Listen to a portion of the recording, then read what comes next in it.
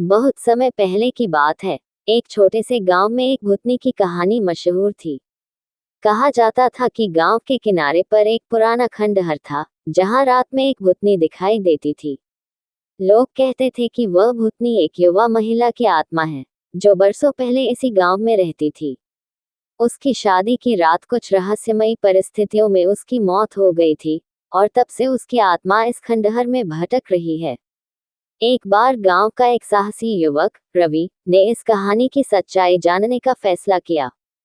वह रात के समय खंडहर की तरफ बढ़ा। चारों ओर सन्नाटा था, और हवा में अजीब सी ठंडक थी। जैसे ही रवि खंडहर में पहुंचा, उसे एक हल्की सी रोशनी दिखाई दी। अचानक से उसने एक सफेद साड़ी पहने औरत को देखा, जो धीरे धीरे उसकी ओर बढ़ रही थी।